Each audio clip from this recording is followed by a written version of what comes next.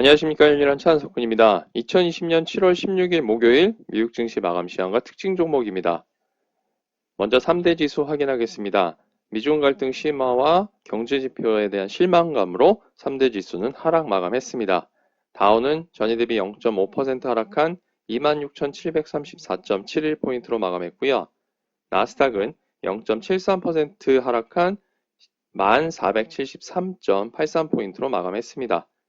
S&P 500은 전일 대비 0.34% 하락한 3215.57포인트로 마감했습니다.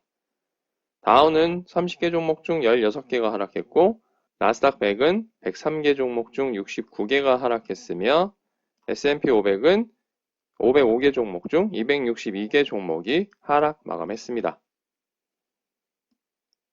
다음으로 주요 시장별 요약 확인하겠습니다.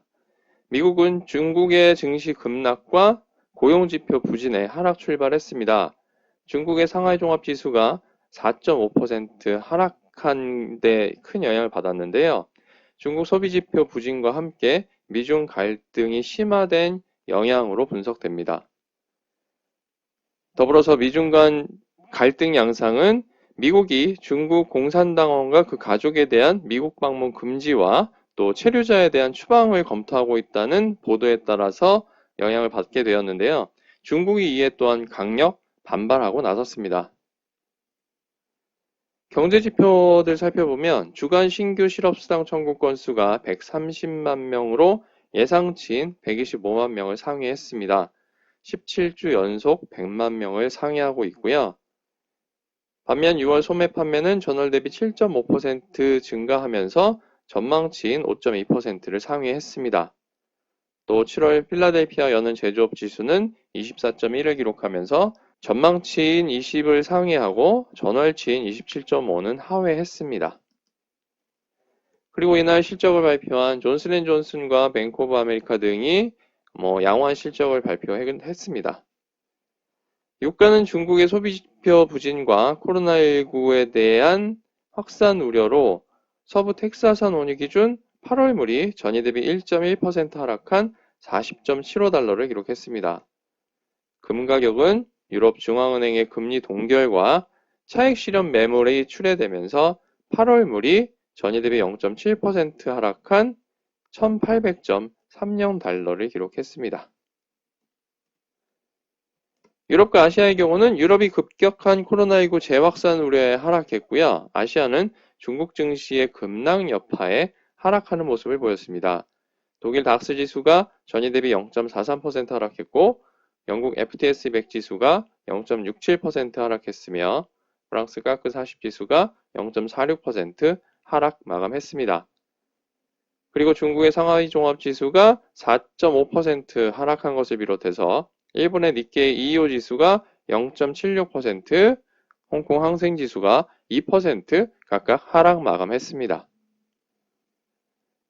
이어서 섹터 현황 및 특징 종목 확인하겠습니다. 섹터의 경우는 4개 섹터가 상승했고 1개 섹터는 변동이 없었으며 6개 섹터가 하락했습니다. 유틸리티가 1.32% 상승하면서 가장 높은 상승률을 기록했고요. 다음으로 소재가 0.36% 상승했습니다. 반면에 IT가 1.22% 하락하면서 가장 부진한 수익률을 보였고요. 이어서 부동산이 1.19% 하락했습니다. S&P 500 중 상위 10개 종목 현황을 살펴보면 보험 및 금융 서비스 업체인 하트포드 파이낸셜 서비스 그룹이 가장 높은 상승률을 기록했습니다.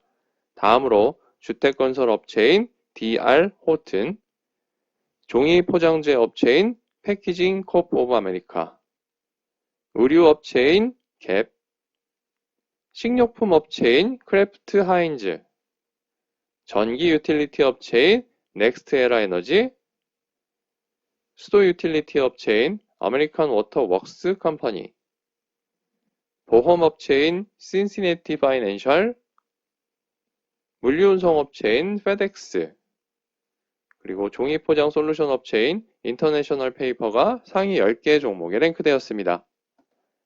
반면에 S&P 500 하위 10개 종목 현황을 살펴보면 크루즈 여행 업체인 노르웨이지안 크루즈라인 홀딩스가 가장 부진한 수익률을 보였고요.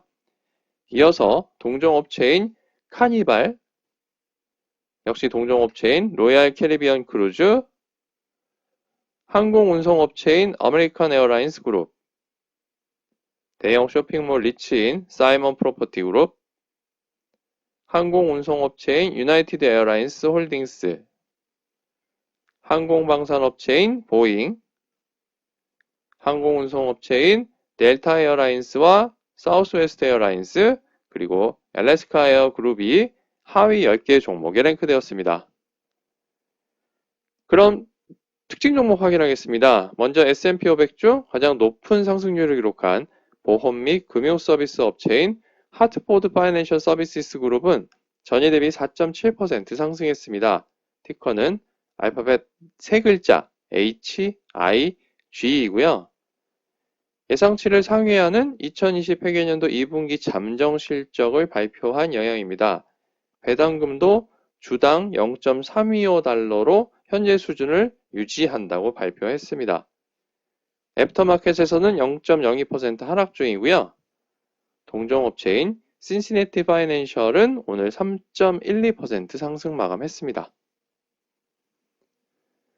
반면에 S&P 500 중 가장 부진한 수익률을 기록한 크루즈 여행 업체인 노르웨이지안 크루즈라인 홀딩스는 전일 대비 15.62% 하락했습니다.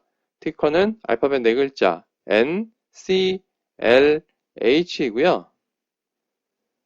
2억 5천만 달러 규모의 자사주 매각과 9억 2,500만 달러 규모의 채권을 발행하겠다고 밝힌 영향입니다.